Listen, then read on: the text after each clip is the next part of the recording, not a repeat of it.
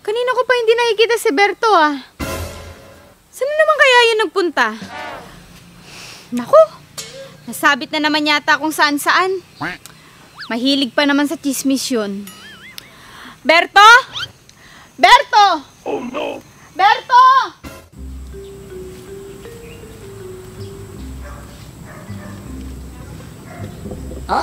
Naglalaway ka pa talagang lalaki ka ha?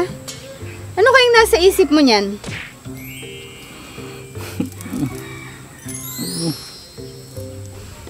Aba, at talaga masarap ang tulog ng darling ko ha?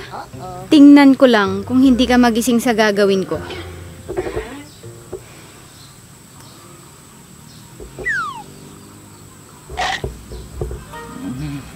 Sige, darling. Gusto ko pa. Talagang nasarapan ka pa ha? O, ito sa'yo.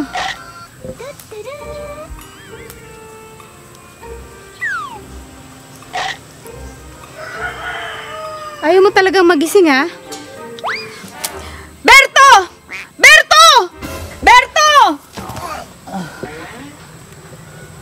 Ano ba yan?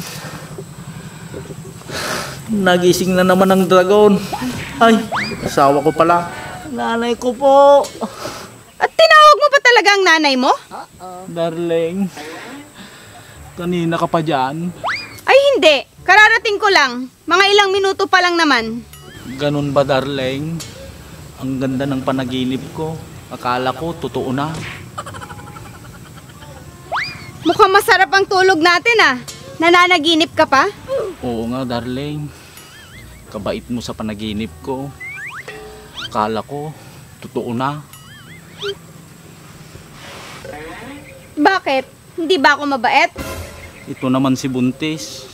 Nagbibiro lang ako. Masyado ka namang matampuhin. Ano akala mo sa akin? Ayoko na sa'yo. Ayaw na agad. Huwag ka nang magtampo.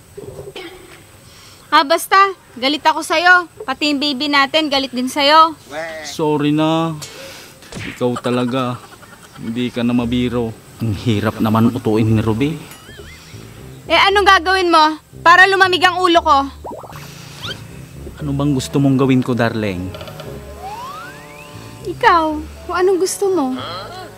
Gusto mo ba sa malamig? Malamig? Alam mo na yun, darling. Ano pinagsasabi mo sa akin? Ang sabi ko, gusto mo ng malamig na soft drinks. Yun pala. Hayaan mo, bibilhin kita sa tindahan. Talaga, darling? Oo naman, darling. Para hindi na mainit yung ulo mo, para hindi ka na magsusungit sa akin.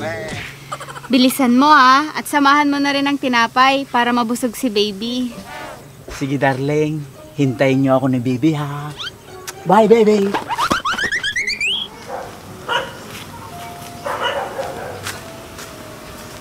Naku, kung swerten ka nga naman, no. Sa dami ng makakasalubong ko, si paring liit na naman.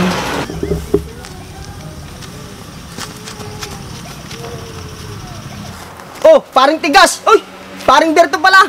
Huwag mong sabihin na nagja-jogging ka na naman. Tanghaling tapat. Oo, pare. Para laging malakas ang mga tuhod natin. Alam mo na. Sa bagay pare, nag-iba ang tayo pag tumatanda na tayo. Diyan ka nagkakamali, pare. Bakit naman pare? Di ba nagkakaedad na tayo? Kalabaw lang ang tumatanda, pare. Ito, malakas na malakas pa. Naku pare! Ibang-iba ka talaga sa lahat ng nakilala ko. Tignan mo, pare, yung bisig ko at kamao. Oo nga no! Astig! Ang tigas pare! Banat na banat yan. Kaya takot na takot sa akin ang asawa ko. Ano bang sikreto mo pare? Simple lang, paring liit. Ibulong mo naman sa akin pare. Baka sakaling matakot din sa akin si Mrs.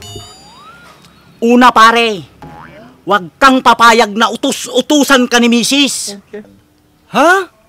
Ganun ba yun pare? Pangalawa, ikaw dapat ang nasusunod sa bahay. Tama ka nga pare. Pangatlo, Pre, ganyan, tatlo. Oo nga no, pare. Wag na wag kang matatakot sa asawa mo. Oo nga no. Ipakita mong ikaw ang tigasin. At lalaki sa bahay nyo. Tama ka nga pare. Sige, susubukan kong gawin lahat ng mga payo mo. Di ba? Simple lang, pare. Kayang-kaya pare. Sige nga, masubukan nga. Ganun ako sa asawa ko. Kaya isang tawag ko lang, tumatakbo na kaagad. Takot pala sa iyo ang asawa mo pare. Oo, pare. Pag sinabi kong maglaba siya, agad-agad, naglalaban na yun. Wow! Kabait ng asawa mo paring tigas! Pag sinabi kong nagugutom na ako, agad-agad magluluto na yon. Ha? Ibang-iba ka talaga, bossing. Kaya, bilib na bilib ako sa'yo. Dapat, ganyan tayong mga lalaki.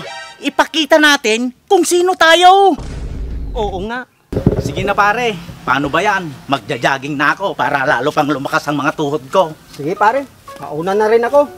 Sige pare.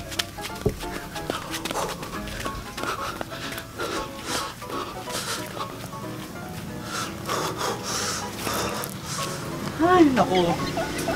Paano ba yan? Naghihintay na yung dragon sa bahay. Patay na naman ako nito. Pabili nga po. Pabili.